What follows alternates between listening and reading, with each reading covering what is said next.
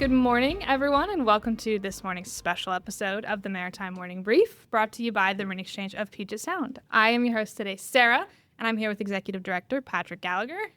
Hello, everybody.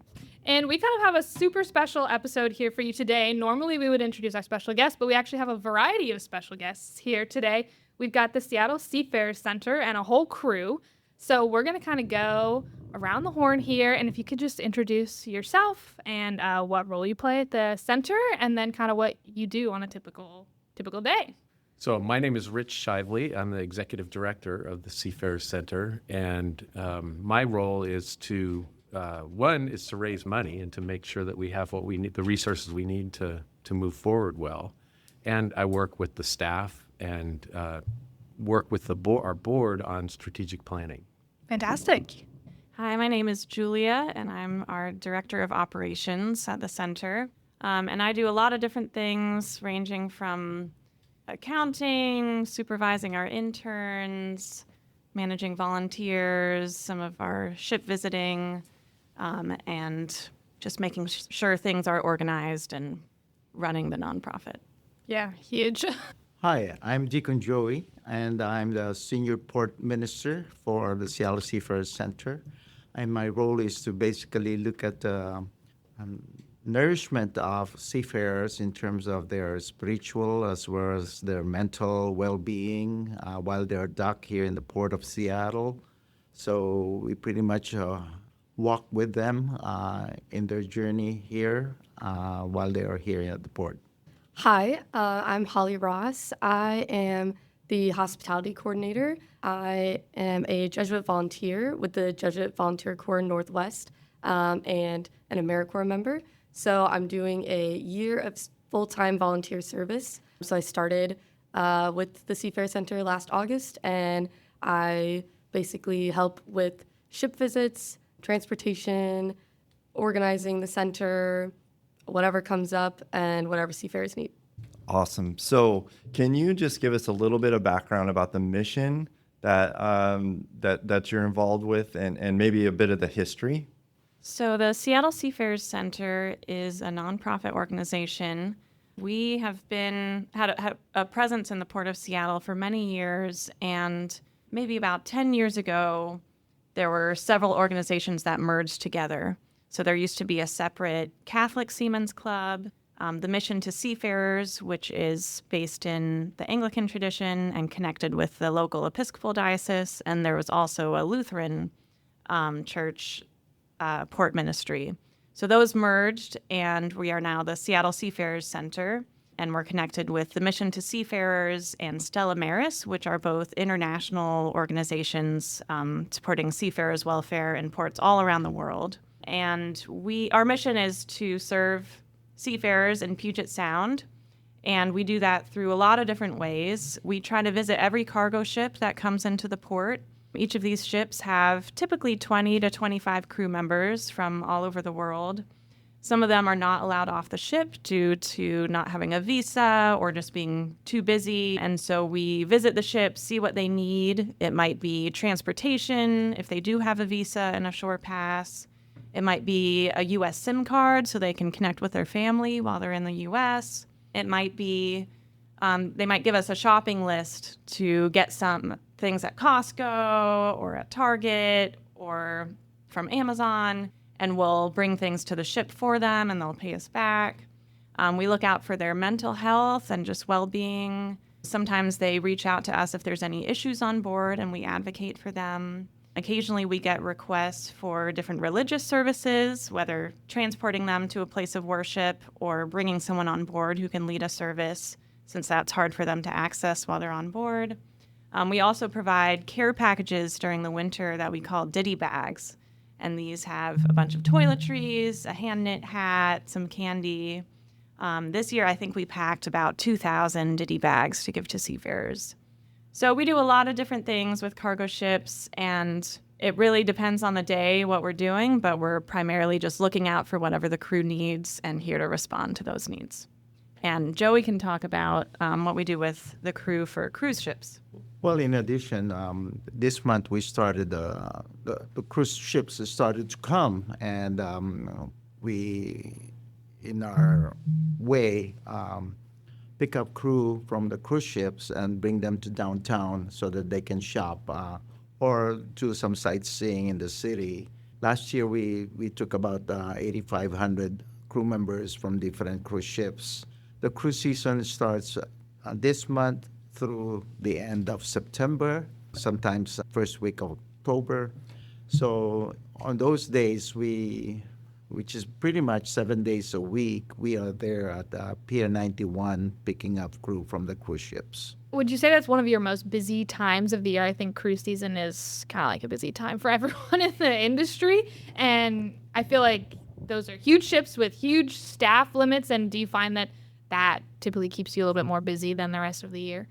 For sure, but the visits, the ship visits on the container and the big container and bulk cargo ships continue. So it's growing, even though the ship traffic has diminished a little bit in the last several weeks. We get more calls for service these days because we get to know the ships that are coming in. So we've had actually a growing number of ship visits in the last couple months because of those connections. And then we're adding the cruise ship driving. So yes, it's really busy, and that it requires some of us on the staff and lots of volunteers to make that work. How do you use the Marine Exchange then? Is it just through our arrivals list? And I know that we've been affiliated for a while, but I'm just curious about how you use our information. Yeah, we really rely on the Marine Exchange report to figure out what ships are coming in and their expected arrivals and departures and information on the agents as well. On a given day, there might be a few ships in port and more coming in where we're planning out our week, figuring out what volunteers are going to come in, what our days are going to look like, how we can fit in all of the ships to make sure they all get a visit. And so we really are grateful for the Marine Exchange report to give us that information. Sometimes we need to contact the agent for a ship, either to get on a gate list so we can visit or to get some information on the crew or pass on some information. And so it's helpful to find that out from the Marine Exchange report as well. You seem like you might actually be a very high-level user because I'm sure that requires so much coordination, both in the pre and also kind of just when it arrives. Like, how does that typically go down? So you're prepping beforehand, and then how do you kind of wrangle all the volunteers you might need or who arrives first, and kind of how do those interactions typically happen? Well, I think it's a combination of both looking at the report and also some ships are regular ships in Seattle. They know us. They have our phone number. So they tell us, hey, we're coming in. Can you give us a ride when we come in? Or we want to give you a shopping order. Can you buy these things for us and deliver them? But especially when ships are arriving for short port stays, it's important for us to make sure we have the time to visit them and deliver packages and can coordinate volunteers at different times. This seems like really impactful work, like very, I guess, personal, yet you're affecting thousands of people every year. I'm wondering if you have any stories or anything that you'd like to share, something that maybe has come out over the years as a theme, or maybe something specific as an example of the impact that you have.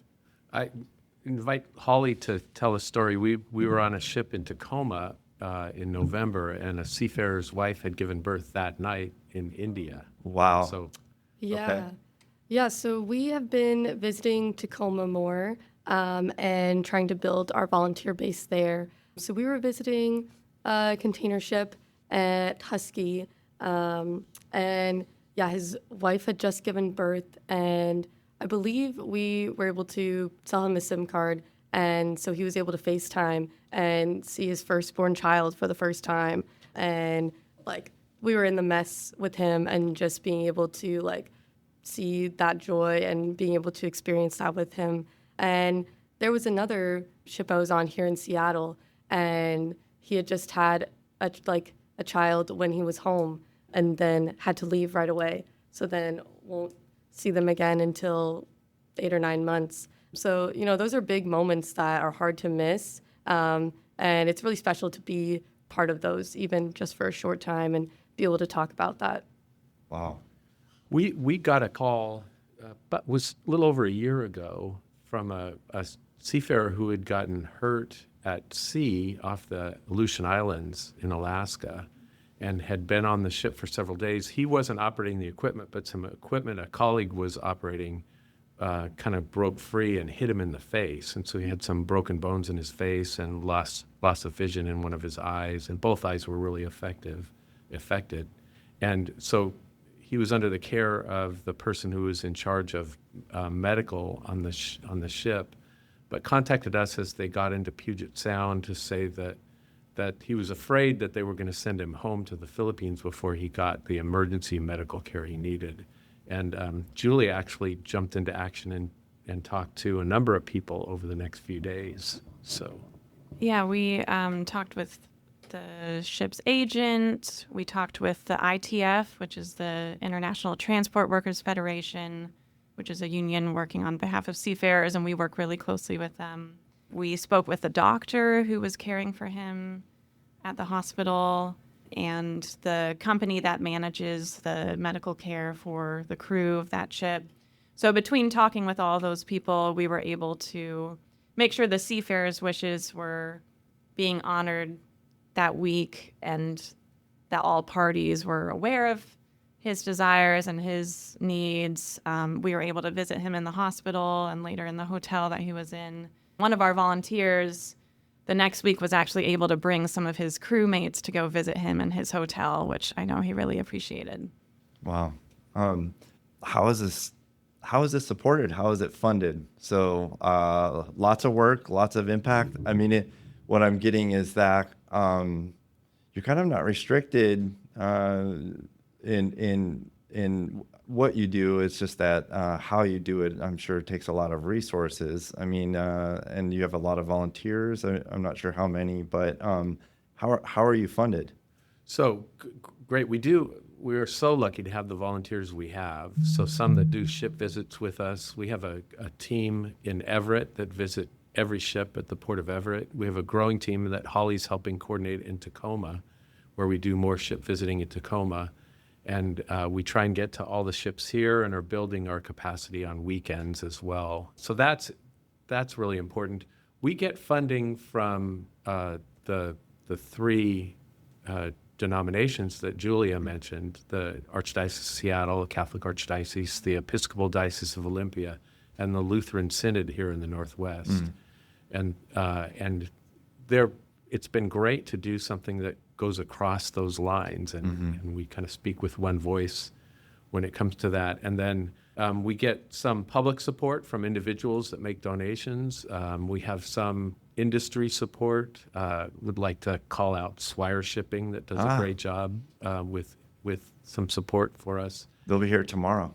You're gonna have Harry here.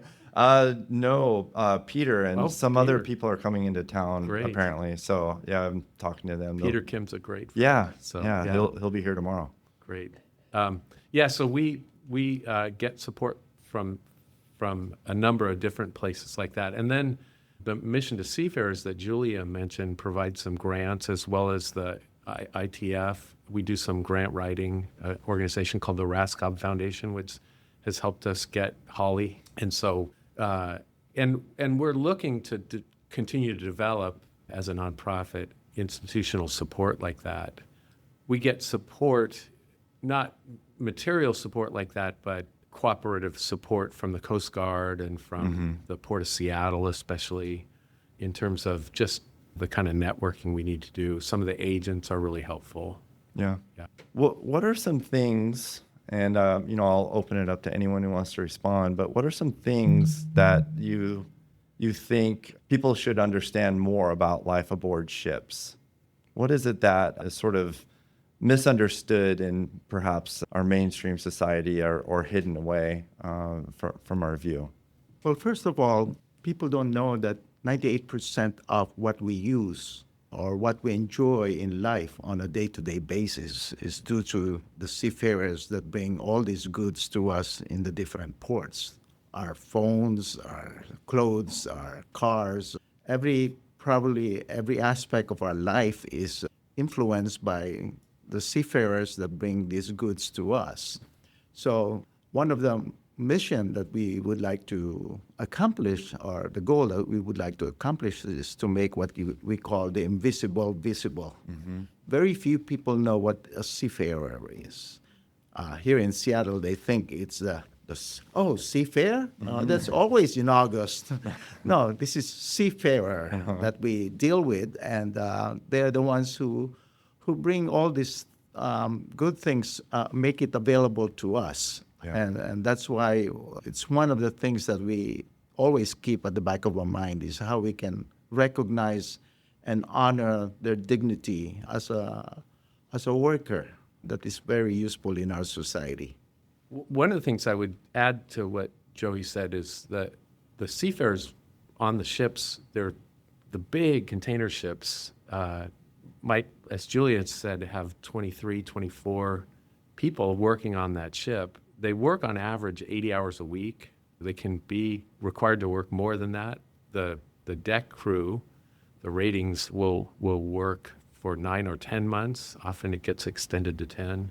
And their pay by American standards is relatively low, but from the countries they come from, it's a living wage. And so they're working really hard for what would be less than minimum wage in the United States. And the other thing I would say is they're pretty joyful. I find a lot of the seafarers we deal with they work really hard, they get isolated, but they're really happy to have other people come visit the ship, especially people that are concerned about their welfare. So. Yeah, I would just add on that it's a huge sacrifice to be a seafarer, especially the crew that are away from home for 9 months at a time. They're not watching their kids grow up. They're not there with these big milestones. We've talked with seafarers who have had a family member pass away while they're at sea and they're unable to get home for several months, or they're unable to get home to see a new child. And sometimes seafarers express this grief they have over missing all these things, but this is how they are supporting their family, and they feel a duty to do that. Well, it's in that regard also that we focus on their mental well-being, especially being away from their families. They're prone to depression, homesickness, loneliness, and in my case, support minister, I walk with them when I take them to the mall and see how families are doing. And in a somber note, sometimes you'll hear stories from them that, oh, my wife decided to leave me because I'm not available to them. So you kind of address those kind of situations that they encounter while they're away from their families. And that's where we provide a SIM card so that they can always call their families. I always tell them, hey, make a daily phone call to your family. That's the only way you can keep in touch with them and be with them. Yeah, I think just living on a ship, working on a ship, like think about, you go to work and then you get to go home and you get to take a break. But I think seafarers, like when you're on the ship for 9 months, like that is your whole life. Like you're living and working in the same place. And so definitely I think it can be hard to have a balance. And I think as well, like for the happiness index going down, we're seeing a lot more ships have less time in port. And so even if seafarers do have a visa, sometimes, they were up all night and they need to rest, or they're busy working and they don't have any time to go ashore. And that can definitely help improve their mental health as well. Like just being able to go ashore, get anything you need, or do some sightseeing, have a different, be able to see something different, be able to be somewhere different versus being literally on the same place for 9 months, which that's just a long time to be one place for anyone. And just to add to that, there are more ships where even most of the crew or all of the crew don't have visa at all. And so in the United States, that means they can't get off the ship while they're in port. And so you'll have people that you talk to that have been on the ship without getting off for months at a time, which can be really difficult when your world gets so small. So it's just such an important reminder. Sometimes in operations, we're always focused on getting the ships in, getting the ships out, and we may not be spending the time to think about those people who are doing the work on board and might need that time. Quick story. There was a all Chinese cement ship that was at one of the cement terminals here. And the engineer, I went on board for a visit. The engineer was excited to have a visitor, but also more excited because he finally got a visa so he could get off the ship. And so I asked him, I said, so what do you want to do? He says, the first thing I want to do is go to the place where they throw the fish. I've heard about this, so I want to see that. And then Yao Ming came from my province in China, and so we're big NBA fans, and I'd love to see an NBA game on TV. I've never been able to do that. So we were able to help him with Wi-Fi at the center. He was able to stream a playoff game that night, but we got him to the Pike Place Market too, and he got to see him throw the fish. So the Seattle Mariners actually have said if there are seafarers that have time, we'll donate tickets. And so we brought some Mariners to the Mariners game. Awesome. We had a group of 10 that went that night, and really grateful to the Mariners for that offer. They don't often have enough time, but this was a crew where all Filipino crew that they just had a blast at the game, and one of the guys was so excited that he moved down to get closer to the action. That's awesome. Of course, it went 12 innings and the Mariners lost, but Can only do so much. yeah, that's right. It was very fun. So I think I am curious about the volunteers. Like, how do people find you, or how do people get involved? What does the process look like? How much or how little time can people commit to something like this? And how much is important to make a difference? What's your ideal volunteer look like? Well, I think what's wonderful about the Seafarer Center is that you can volunteer in many different ways. The cruise ship shuttle service is designated time, 8:30 to 2:30 every day except for Wednesday. And what's nice is that, if you have a lot of time, you can devote as much as you want. So, you could do multiple days. And I think for ship visits, that can be more difficult because you have to have your TWIC card to be able to actually go onto the ship. So training volunteers can take some time, but it's definitely worth it. And ship visiting can also be flexible because there's always going to be ships. So if you have more weekend time available or weekday or in the evenings, we can really work with whatever your schedule is. So I think that really helps. But then we usually like to bring potential volunteers with us. There's some terminals where we can escort them before they have their TWIC available. So that's really helpful, and then kind of see from there. And ship visitor training also can take a while because every ship visit is going to be different. Sometimes the crews are really busy, or let's say most of them are asleep. So, maybe there's not many people to talk to. Sometimes everybody is available, or we're doing 10 SIM cards in a row. Could be a big shopping order. Maybe they're ready to go out, so we'll transport them. So I think just going on multiple ship visits kind of to get prepped for whatever might come up. But anyone who's ready to try it out can always email us, give us a phone call, and we can get that process started. We also have a lot of volunteers that help us out with our Ditty Bag program. This is mainly in the winter, but throughout the year as well. We take donations of toiletries, and we have people in the community knitting hats and sewing bags that we put everything into. We have a big event every fall, usually the weekend before Thanksgiving. We might have 75, 80 people packing ditty bags together in a huge assembly line. But we also have smaller groups that will organize volunteer days. So it might be a workplace comes to our office and packs ditty bags, or they might collect donations and do a little drive and then bring those in and pack ditty bags. We've also had events with WISTA to collect things for female seafarers, which we're seeing more of every month on the ships, and pack some ditty bags specifically for women. And we've had other maritime organizations or faith communities come in to volunteer for a day. This is, well, I just want to say thank you for the work that you're doing. This is, I knew you did a lot. I didn't really recognize how much you did, though. So I'm really glad that you're here. and I really respect that the work that you're doing directly. We do deal with a lot. Sarah alluded to this. We see a lot of numbers, a lot of data. We're always tracking things. And I'm constantly trying to think about the people behind that data. And I'm trying to help provide context for more and more people, because it is largely unseen. You just look out there and it's just ships. But what I love about what you do is you really humanize it and solve some really important problems. So that's what was on my mind. This is my year of saying what's on my mind. So that's what I was sitting here thinking. So I wanted to extend that to you and just let you know that, yeah, your work is incredibly important in this industry.